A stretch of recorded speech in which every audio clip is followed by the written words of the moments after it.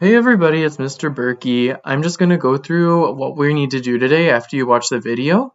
The first thing that you're going to need to do, you're going to need to go to your Google form and you're going to need to fill that out. Mr. Berkey's going to give you the answer to a couple of these because we are learning about compound sentences and simple sentences. I'm actually going to read you everything on this slide, but there are some fun things for you to be doing on here, and I'm just going to kind of go through it right now. A compound sentence has two subjects doing two different actions. There is a conjunction to connect them together. I've talked about this a lot with the word and, but, and or. Mr. Berkey has included a video about what a conjunction is. It's a word that goes in the middle, like and, but, or, and it connects two sentences that could be by themselves together. I'm going to give you an example. One sentence that's by itself is Mr. Berkey likes pizza. Another sentence by itself is Dylan likes cheese. If we put those two sentences together with the word and, we can make it one sentence. And is our conjunction. Let's try. Mr. Berkey likes pizza and Dylan likes cheese. You see how that's one sentence? And it's one sentence because of our conjunction.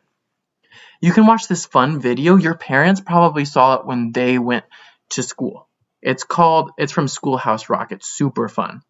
Now, I'm going to read you the first sentence that you're going to have to figure out what the conjunction is, what the subject is, and what the action is. Okay? I'm going to go through and I'm going to help you figure out what the conjunction is. So I'm going to go down to, I'm going to help you figure out what the subject is. For number one, which of these are the subjects of this sentence? The dog is guarding the cat and the cat is asleep. There's even a picture of the cat and the doggy right there. Number one, the cat and the dog are the subjects of this sentence. 2, guarding and sleeping are the subjects of this sentence. Or 3, and is the subject of this sentence. Which of these are the subjects, the things that are doing something? The cat and the dog are the subjects. You are correct. Subjects are also nouns, so they're people, places, and things. Your subject is always doing the action. Always doing the action. That is the only one Mr. Berkey is going to help you with. I think that you should be able to do the rest of the Google form by yourself. It's pretty easy and it's broken down. If you have questions, please call me or text me or send me a message and I will try and get back to you. All right, next up. We're going to go to the Google Doc now. Lots of people have been turning in blank Google documents to Mr. Berkey, and I don't know why. Today, on the Google document, it has spaces for you to write. It has the number 1. You click next to number 1, and then you're able to type. Mr. Berkey is going to give you an example for number 1. But what do I need to do before I start typing? What do I need to do? Do I just start randomly typing sentences? No, I read my directions. Write 2 simple sentences next to the numbers. A simple sentence has 1 subject and 1 action. Whoa, that sounds really easy. So, what do I want my 1 subject to be? I want my 1 subject to be socks. So I'm going to start with socks. We always start our sentence with our subject, socks. And then we need an action. What do we do with socks? We put them on our feet. So I'm going to say socks are worn, and that's our action. Are worn is our action because it's what the socks are doing. Socks are worn on your feet. Is this sentence finished?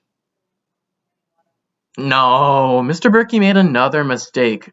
So many mistakes. What do I need at the end of a sentence? A period. Woo! Boom. I put the period down. I'm going to show you how to make a period again. This is what your keyboard looks like. The period button is right here.